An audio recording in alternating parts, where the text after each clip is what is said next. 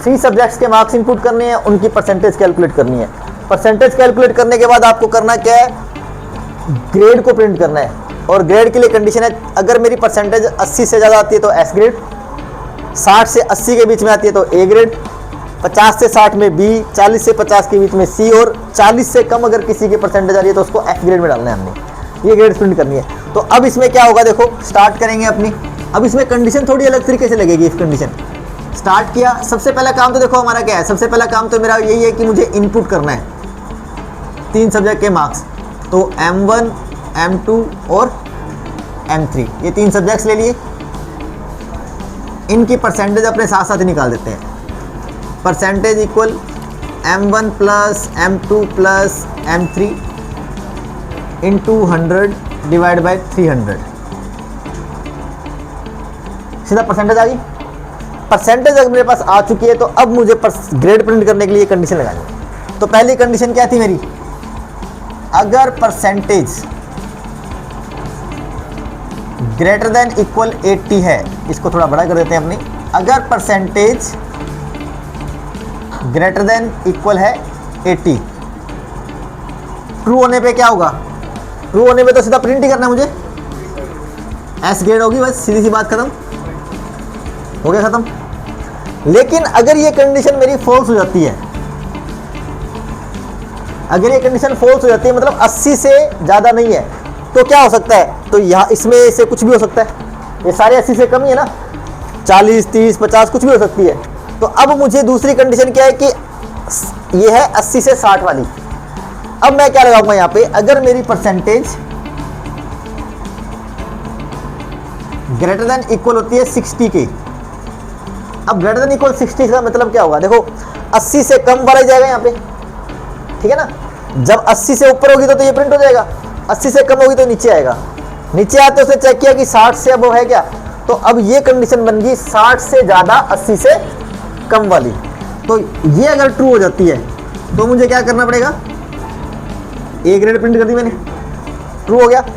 अब अगर ये भी फॉल्स हो जाती है मतलब 60 से भी ज़्यादा नहीं है, फॉल्स हो गया इसका भी। अगर ये भी नहीं है तो इन तीनों में से कुछ भी हो सकता है। अभी मेरे पास 3 कंडीशंस है तो मतलब फिर इफ लगेगा। अब मैं चेक कर लूँगा उसको 50 तक। अगर परसेंटेज ग्रेटर देन इक्वल होती है 50 तो 60 से कम वाली फॉल्स में आएगी और यहाँ कंडीशन आएगी 50 से ज़्यादा। तो ये कंडीशन इसका ट्रू पार्ट बनेगा 50 से ज़्यादा और 60 से कम। उसकी ग्रेड क्या बनेगी हमारी, बी ग्रेड। अब अगर ये कंडीशन भी फॉल्स हो जाती है मतलब मेरे पास 50 से भी ऊपर नंबर नहीं है, 50 से भी कम नंबर है, तो इनमें से कुछ भी हो सकता है, ठीक है। तो अब हम यहाँ पे कंडीशन लगाएंगे 40 तक की। यहाँ कंडीशन आ जाएगी P ग्रेटर देन इक्वल 40।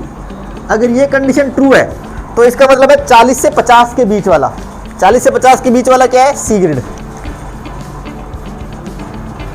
सी।